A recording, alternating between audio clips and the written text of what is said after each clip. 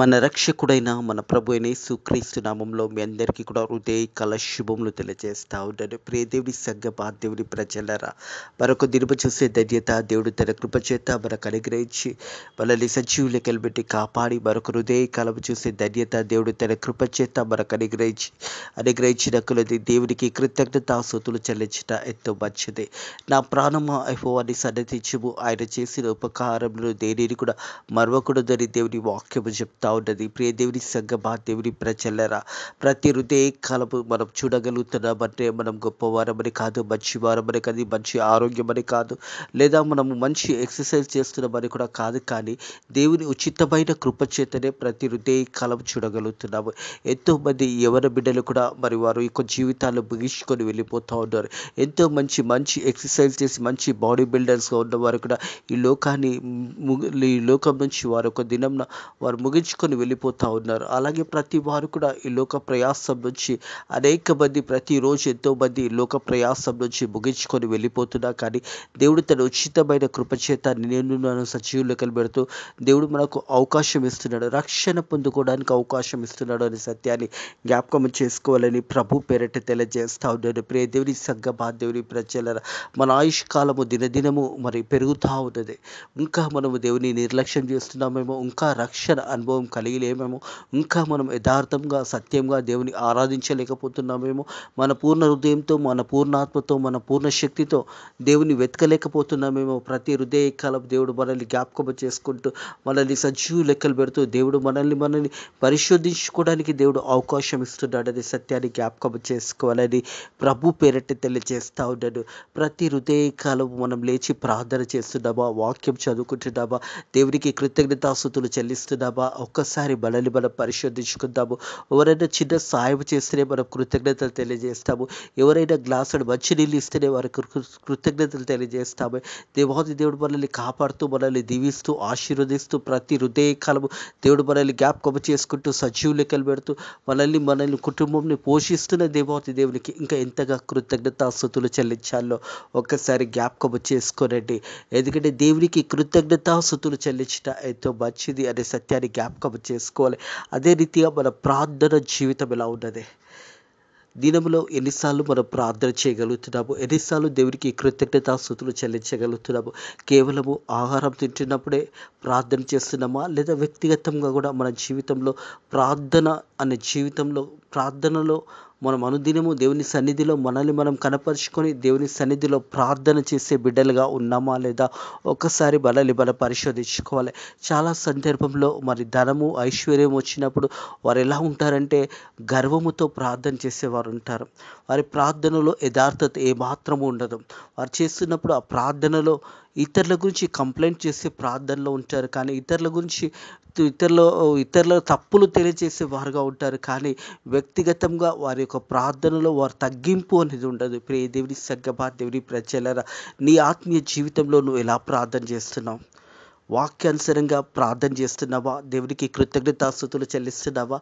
ఇతరుల గురించి మరి ప్రార్థనలో నువ్వు జ్ఞాపకం చేసుకునే విధానం ఎలా ఉన్నదో ఒకసారి మనల్ని మనం పరిశోధించుకుందాము. హృదయకాలము ప్రార్థన అంశము ధారించబోతా ఉన్నాము. ప్రియ దేవుని సంగమా, దేవుని ప్రజలారా, హృదయకాలం యేసు ప్రభు ఒక ఉపమానం ద్వారా ఇద్దరు వ్యక్తుల ప్రార్థనను జ్ఞాపకం చేస్తూ ఉన్నాడు. ఆ ఇద్దరు వ్యక్తులలో నువ్వు ఏ వ్యక్తిగా ఉన్నావో నిన్ను నువ్వే పరిశోధించుకోవాలని ప్రభు పేరిట తెలియజేస్తూ ఉన్నాడు. ఇద్దరు వ్యక్తులు మరి ప్రార్థన చేస్తున్నప్పుడు దేవుడు ఆ ప్రార్థన అంశాన్ని ఈ హృదయకాలము ఉపమాన రీతిగా మనకు తెలియజేస్తూ ఉన్నాడు. లూకాసు వార్త 18వ అధ్యాయము 9వ వచనం నుంచి మరి 9వ వచనం నుంచి ప్రియ దేవుని సంగమా, దేవుని ప్రజల 14వ వచనం వరకు వాక్య భాగాన్ని ధ్యానించబోతూ ఉన్నాము. లూకాసు వార్త 18వ అధ్యాయము 9వ వచనం నుంచి 14వ వచనం వరకు ఇద్దరు వ్యక్తులు గురించి ఇక్కడ ప్రభు యేసుక్రీస్తు తెలియజేస్తా ఉన్నాడు. ఇద్దరు వ్యక్తులు మరి ప్రార్థన చేస్తున్నప్పుడు వారి ప్రార్థన ఎలా ఉన్నదో ఈ హృదయకాలము మనం అందరం కూడా తెలుసుకోబోతా ఉన్నాము. వారిలో నువ్వు ఎవరిలాగా ఉన్నావో నిన్ను నువ్వే పరిశోధించుకో. హృదయకాలం యేసయ్య ఈ ఉపవాదం ద్వారా మనం ఎలా ప్రార్థన చేస్తున్నామో, మనం ఎలా ప్రార్థన చేయాలో కూడా నేర్చుకోవాలని ప్రభు పేరిట తెలియజేస్తా ఉన్నాడు.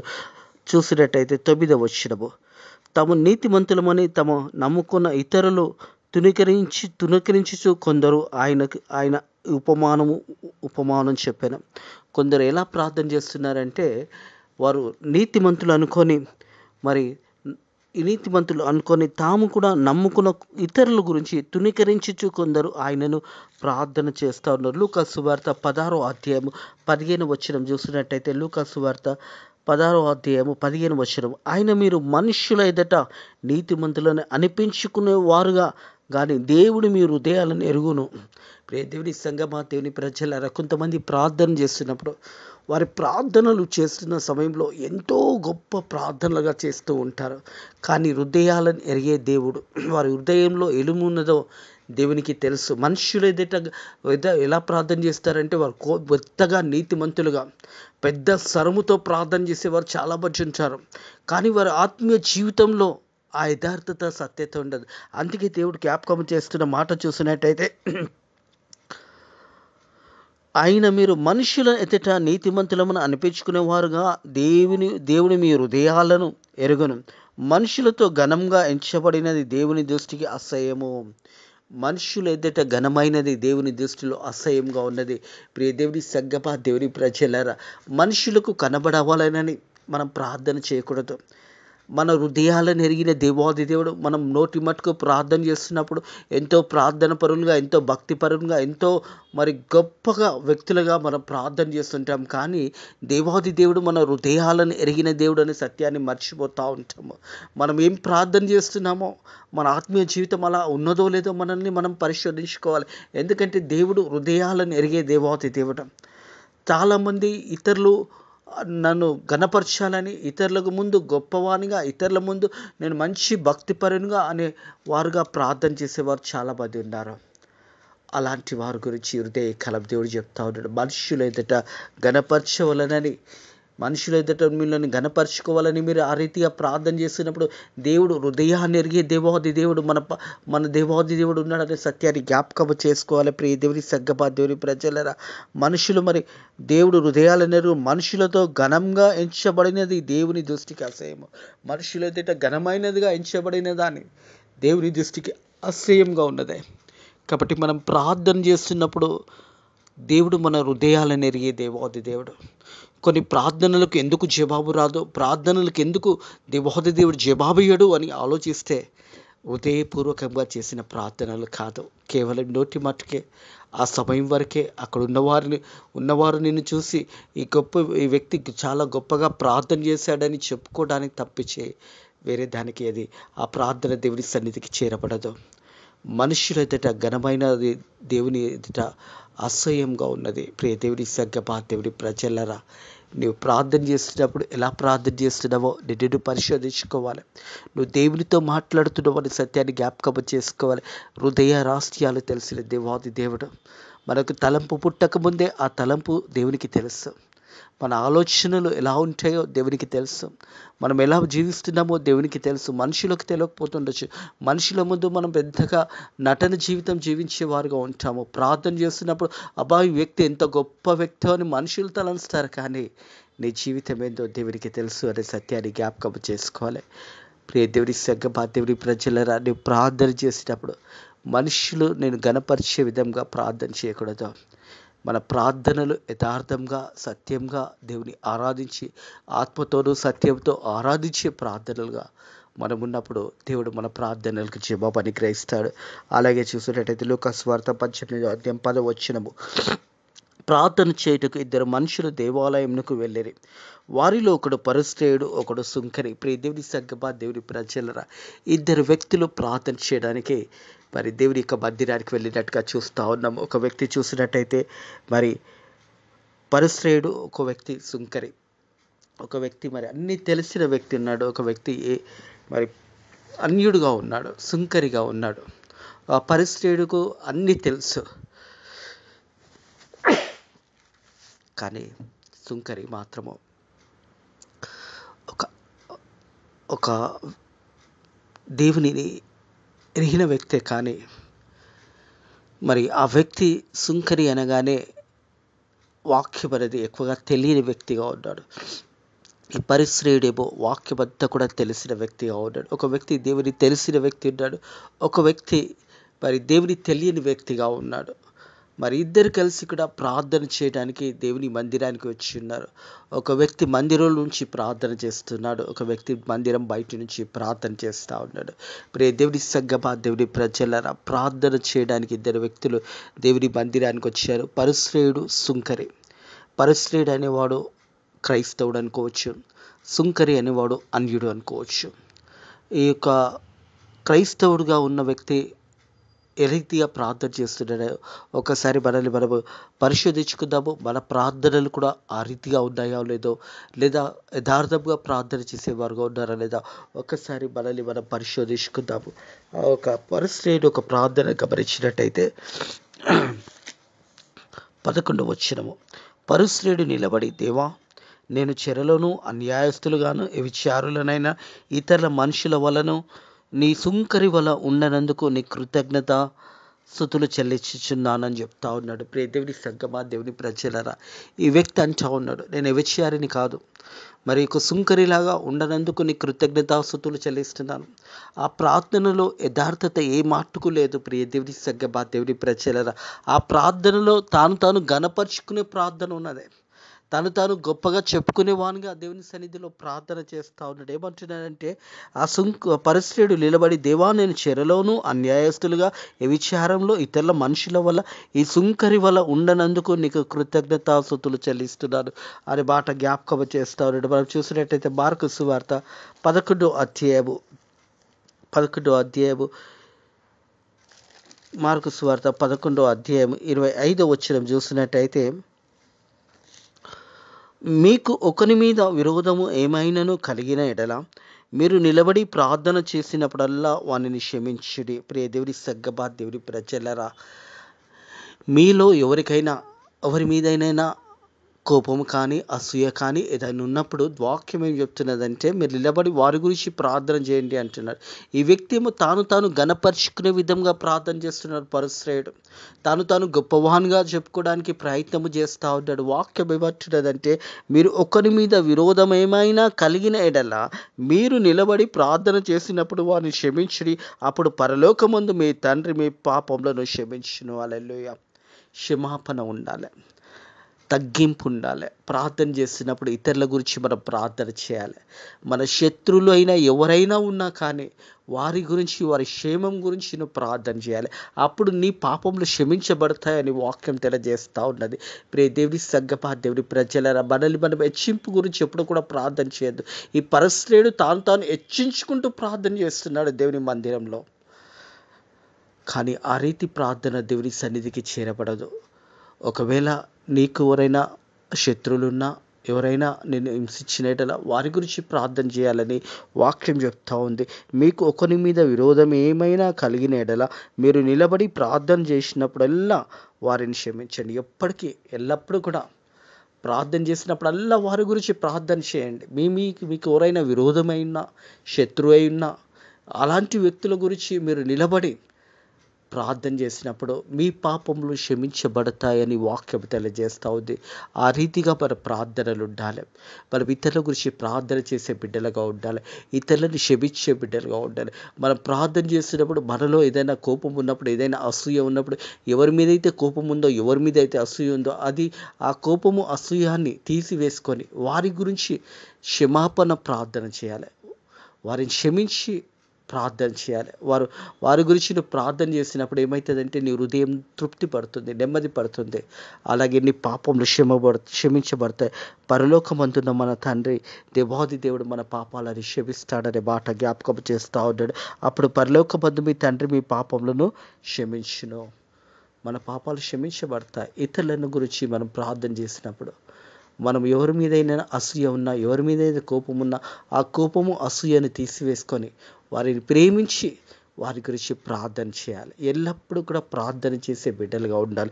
వాక్యం ఏమవుతుందంటే, మీరు ఒకరి మీద విరోధం ఏమైనా కలిగిన ఎడల మీరు నిలబడి ప్రార్థన చేసినప్పుడల్లా వారిని క్షమించండి. అప్పుడు పరలోకమందు మీ తండ్రి మీ పాపములను క్షమిస్తాడు. దేవుని సంగమా, దేవుని ప్రజలరా, మన ప్రార్థనలు అవునాయి. పరిశ్రమలాగా ప్రార్థన చేస్తున్నావా? మనం గొప్పవారమును అని ప్రార్థన చేసుకుంటున్నామా? మనల్ని మనం హెచ్చించుకొని ప్రార్థన చేసుకుంటున్నామా? ఒక్కసారి మన హృదయాలను మనమే పరిశోధించుకుందాము. ఈ పరిస్థితి ఎలా ప్రార్థన చేస్తున్నాడంటే, పరిస్థితి నిలబడి, దేవా నేను చెరలోను అన్యాయస్తులుగా విచారులుగా ఇతరుల మనుషుల వలనను ఈ సుంకరి వల్ల ఉండేందుకు నీ కృతజ్ఞతాస్తుతులు చెల్లిస్తున్నాను. వారంలో 2-3 మార్లు ఉపవాసం చేయొచ్చు, నా సంపాదనలు అంతటిలో 10వ వంతు చెల్లించుచున్నానని తానులోనే ప్రార్థన చేయించుకున్నాడు. తాను ఎలా ప్రార్థన చేస్తున్నాడట, వారంలో 2-3 సార్లు ఉపవాసం ఉండే దశమ భాగము 10వ వంతు ఇస్తున్నాం. చాలామంది ఏమనుకుంటారంటే, మేము దశమ భాగంలో ఇస్తున్నాము, మేమే సేవకులను పోషిస్తున్నాము, మేమే ఇస్తున్నామని చాలామంది గర్వముతో ఇచ్చేవారు ఉంటారు. అది మంచిది కాదు. ఒక సేవకుడు నీ గురించి ప్రార్థన చేస్తున్నప్పుడు, నీ కుటుంబం గురించి ప్రార్థన చేస్తున్నప్పుడు, దేవాది దేవుడు ఆ సేవకుని ప్రార్థన ద్వారా నీ కుటుంబంను దీవిస్తాడు, నీ ఉద్యోగాన్ని దీవిస్తాడు, నీ సంపదను దీవిస్తాడు, ఆశీర్వదిస్తాడు. కానీ నువ్వు ఆ దశమ భాగం ఇస్తున్నాను, నేనే సంఘాన్ని పోషిస్తున్నాను అని నువ్వు తలచినట్టయితే అది మంచిది కాదు. ఈ యొక్క పరిస్థితి కూడా ఆ రీతిగానే ప్రార్థన చేస్తున్నాడు. ఉపవాసం ఉంటారు చాలామంది. ఉపవాసం ఉన్నప్పుడు వారిలో హృదయంలో నిజమైన ఉపవాసం ఉండదు. మనుషులకు కనబడవాలని మత్తయి సువార్తలో తెలియజేస్తుంది. మత్తయి సువార్తలో తెలియజేస్తున్న మాటను జ్ఞాపకం చేసుకున్నట్టయితే, మనుషులకు కనబడవాలని వారు ఉపవాసం చేస్తారు. మనుషులు ఎదుట వారి ఉపవాసం ఎలా ఉంటుందంటే, అందరూ నన్ను చూడాలని ముఖమంతా కూడా వికారంకరంగా ఉండి ఉపవాసం ఉంటారు. పూర్ణ హృదయంతో, పూర్ణాత్మతో ఉపవాసం ఉండదు, కానీ మనుషులకు కనబడవాలని. ఈ పరిస్థితి కూడా ఎలా ఉన్నాడో గమనించినట్టయితే, వారంలో 2-3 మార్లు ఉపవాసం చేయించు, నా సంపదలో అంతటిలో 10వ వంతు చెల్లించుచున్నానని తానులో తాను మరి ప్రార్థన చేస్తున్న సమయంలో ఆ ప్రార్థన దేవుడు వింటాడు. హృదయంలో ఏం నువ్వు ఆలోచిస్తున్నావో, హృదయంలో నీ తలంపులు ఏమున్నాయో సమస్తము దేవునికి తెలుసు అనే సత్యాన్ని జ్ఞాపకం చేసుకోవాలని ప్రభు పేరిట తెలియజేస్తా ఉన్నాను. ప్రియ దేవుని సంగమా, దేవుని ప్రజలరా, దశమ భాగం అనేది దేవుని సొత్తే, కానీ నువ్వు ఇస్తున్నప్పుడు సంతోషముతో దేవునికి ఇవ్వాలి. సేవకులు నీ గురించి, నీ కుటుంబం గురించి ప్రార్థన చేస్తారు. అప్పుడు దేవుని దీవెనలు, ఆశీర్వాదాలు దీవించబడతాయి. నీకు దేవుని యొక్క ఆశీర్వాదాలు దేవుడు మీకు అనుగ్రహిస్తాడు. ఈ వ్యక్తి కూడా ఎలా ప్రార్థన చేస్తున్నాడంటే, వారంలో 2-3 వారు ఉపవాసము చేస్తూ, నా సంపాదన దశమ భాగం చెల్లిస్తున్నానని ఉదయంలో ప్రార్థన చేస్తున్నాడు. ఆ ప్రార్థన దేవుడు వింటున్నాడు. ఆ ప్రార్థన దేవుడు గమనిస్తున్నాడనే సత్యాన్ని జ్ఞాపకం చేసుకోవాలి. చాలామంది దశమ భాగం చెల్లించడానికి కొన్ని రోజులు దశమ భాగం ఇస్తారు, ఆ తర్వాత దశమ భాగాన్ని కూడా మర్చిపోతారు, ఆ తర్వాత కానుకలు కూడా మర్చిపోతారు, ఆ తర్వాత కృతజ్ఞత అన్నది కూడా ఉండదు.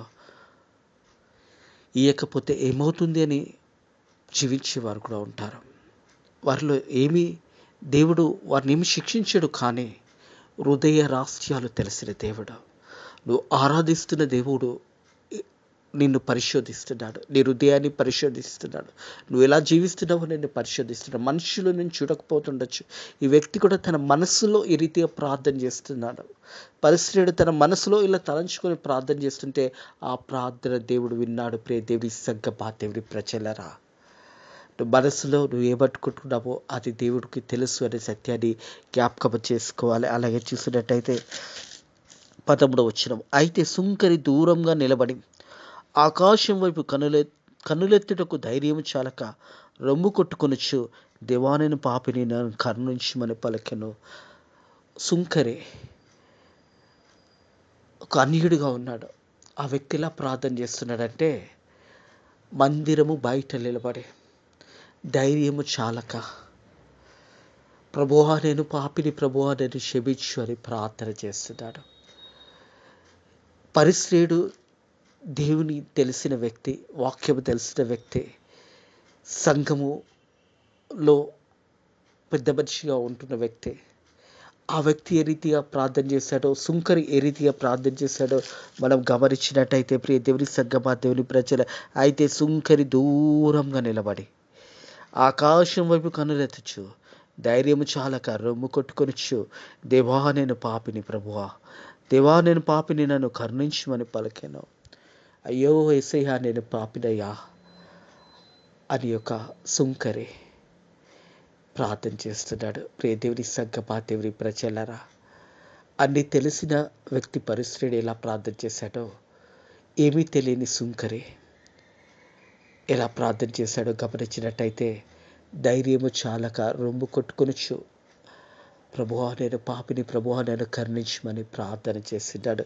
ప్రియ దేవుని సంగమా, దేవుని ప్రజల, యేసు ప్రభు అసలు మనంలో ఉన్నప్పుడు కూడా ప్రజలందరూ కూడా అక్కడికి వెళుతున్నప్పుడు వారు రొమ్ము కొట్టుకొని వెళుతున్న మాట జ్ఞాపకం చేయబడుతుంది. లూకాసు వార్త 23వ అధ్యాయము, లూకాసు వార్త 23వ అధ్యాయము 12వ వచనం చూసినట్టయితే, లూకాసు వార్త 23వ అధ్యాయము, లూకాసు వార్త 23వ అధ్యాయం 48వ వచనము, లూకాసు వార్త 23వ అధ్యాయము 48వ వచనం చూసినట్టయితే, చూచుటకు కూడి వచ్చిన ప్రజలందరూ జరిగిన కార్యములను చూచి రొమ్ము కొట్టుకునొచ్చు తిరిగి వెళ్ళిరి. యేసు ప్రభు ఒక మరణం చూసిన తర్వాత ప్రజలందరూ కూడా రొమ్ము కొట్టుకుంటూ అక్కడి నుంచి వెళ్ళిండారు. ప్రియ దేవుని సంగమా, దేవుని ప్రజలరా, మనం ప్రార్థన చేస్తున్నప్పుడు, మనల్ని మనం తగ్గించుకున్నప్పుడు మనం హెచ్చించబడతాం. మన సత్యాన్ని జ్ఞాపకం చేసుకోవాలి. 14వ వచనం చూసినట్టయితే, అతని కంటే ఇతడు నీతిమంతుడుగా తీర్చబడినని ఇంటికి వెళ్ళునని మీతో చెప్పుచున్నాను. తాను హెచ్చించుకునేవాడు తగ్గించబడిను, తాను తగ్గించుకునేవాడు హెచ్చించబడుతున్నాడు. ప్రియ దేవుని సంగమా, దేవుని ప్రజ, ఎప్పుడైతే మనం తగ్గించుకుంటామో హెచ్చించబడతామో. మనం ప్రార్థన చేస్తున్నప్పుడు ఎప్పుడు కూడా దేవుని సన్నిధిలో మనల్ని మనం తగ్గించుకొని ప్రార్థన చేసే బిడ్డలుగా ఉండాలని సత్యాన్ని జ్ఞాపకం చేసుకోవాలి. ఎప్పుడైతే నువ్వు తగ్గించుకుంటావో నువ్వు హెచ్చించబడతావు. నువ్వు హెచ్చించబడి నువ్వు ప్రార్థన చేసినప్పుడు నువ్వు మొత్తానికి తగ్గించిపోతావు అనే సత్యాన్ని జ్ఞాపకం చేసుకో. అందుకే మాట జ్ఞాపకం చేసుకో. అతడి కంటే ఇతడు నీతిమంతుడుగా తీర్చబడి ఉన్నాడు అనే మాట జ్ఞాపకం చేయబడుతూ, తాను ఇంటికి వెళ్ళి మీతో చెప్పుచున్నాను, నీతిమంతునిగా తీర్చబడి తాను ఇంటికి వెళ్ళునని మీతో చెప్పుచున్నాను. తాను హెచ్చించుకునేవాడు తగ్గింపబడును, తాను తగ్గించుకునేవాడు హెచ్చించబడని నేను చెప్పాను.